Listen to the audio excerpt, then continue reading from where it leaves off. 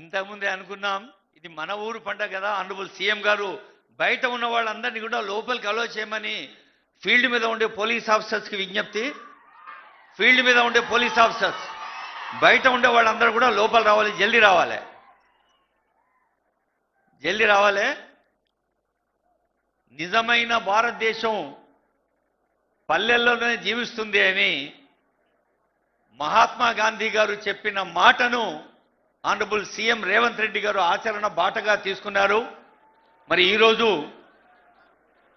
గ్రామీణ ఆర్థిక వ్యవస్థకు దేశానికి బలం, దేశానికి సేవా ఫలం గౌరవనీయులైన సర్పంచులు, ఉప సర్పంచులు, వార్డు మెంబర్లు అని విశ్వసించి సాక్షాత్తు సీఎం గారు, మన ఎమ్మెల్యే గారు సీఎం అవ్వటం ఎంత ఆనందమో సీఎం రావటం అంతే ఆనందం అని తెలియచేస్తూ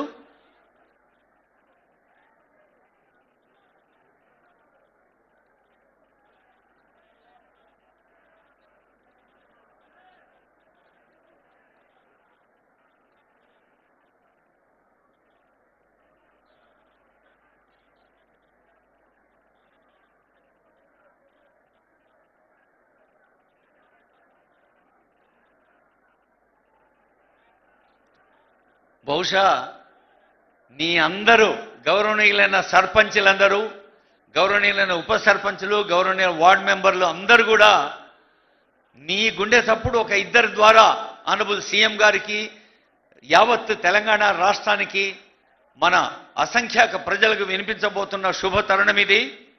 ఒక్కసారి ఇందాకే అనుకున్నాం కదా మండల్ వాయిస్.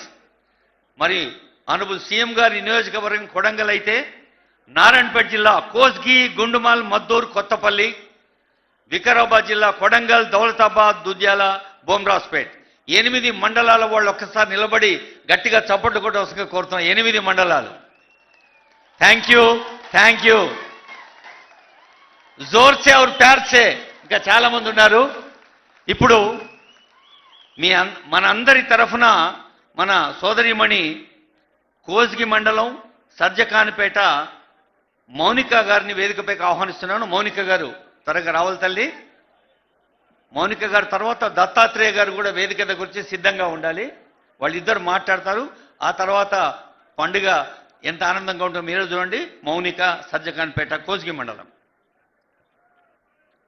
సభకు నమస్కారం.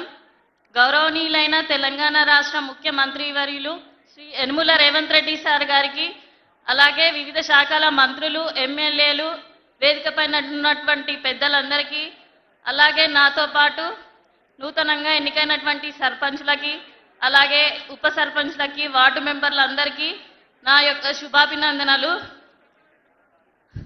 సార్, నా పేరు మౌనిక హరీష్ గౌడ్. మాది సర్జకాన్పేట్ గ్రామం, కోస్గి మండలం. సార్ నాకు 24 సంవత్సరాలు. సార్, మా కుటుంబం నుంచి మేము వరుసగా 3వసారి సర్పంచ్గా గెలవడం జరిగింది. సార్, దీనికి కారణం మీరు మా వెంటనే ఉంటూ మీ సహాయ సహకారాలు, మీ ఆశీస్సులు మాపై ఉండడం వల్ల మేము 3వసారి కూడా 255 మెజార్టీతో గెలవడం జరిగింది. సార్, మీరు మన కొడంగల్ నియోజకవర్గం నుంచి ముఖ్యమంత్రి కావడం మా యొక్క అదృష్టంగా భావిస్తున్నాం. సార్, గడిచిన 10 ఏళ్లలో బీఆర్ఎస్ పాలనలో మా గ్రామంలో ఎటువంటి అభివృద్ధి పనులు జరగలేవు. సార్, ఏవైనా జరిగాయంటే అది మీరు ఎమ్మెల్యేగా ఉన్నప్పుడు, మళ్ళీ ఇప్పుడు మాకు ముఖ్యమంత్రిగా అయ్యాక ఈ 2 సంవత్సరాల్లోనే మా గ్రామంలో అభివృద్ధి పనులు జరిగాయి. సార్, అందులో భాగంగా మీరు ప్రవేశపెట్టిన పథకాల్లో భాగంగా మా సర్జకాన్పేట్ గ్రామంలో 44 ఇందిరమ్మ ఇళ్లను నిరుపేదలకు, అది పార్టీలకు అతీతంగా ఇవ్వడం జరిగింది. సార్, అలాగే మా గ్రామంలో 1 కోటి రూపాయల వ్యయంతో స్కూల్ బిల్డింగ్ కూడా మంజూరు కావడం జరిగింది. సార్, అది కూడా ఒక 70% పని పూర్తయింది. సార్, అలాగే మా గ్రామంలో 45 లక్షల సీఎం రిలీఫ్ ఫండ్ చెక్లను కూడా మంజూరు చేయడం జరిగింది. సార్, అలాగే మా గ్రామంలో, మా సర్జకాన్పేట్ గ్రామం చాలా పెద్దది. సార్, అందులో వివిధ కుల సంఘాలకు కమ్యూనిటీ హాల్స్ని కూడా మంజూరు చేయడం జరిగింది. సార్, మా గ్రామంలో వ్యవసాయ సాగునీటి కోసం దాదాపూర్ నుండి దండం చెరువు వరకు కాలువ ద్వారా నీటిని తీసుకురావడం జరిగింది. సార్, అలాగే మా గ్రామంలో సీసీ రోడ్లతో పాటు అండర్ డ్రైనేజ్ మరియు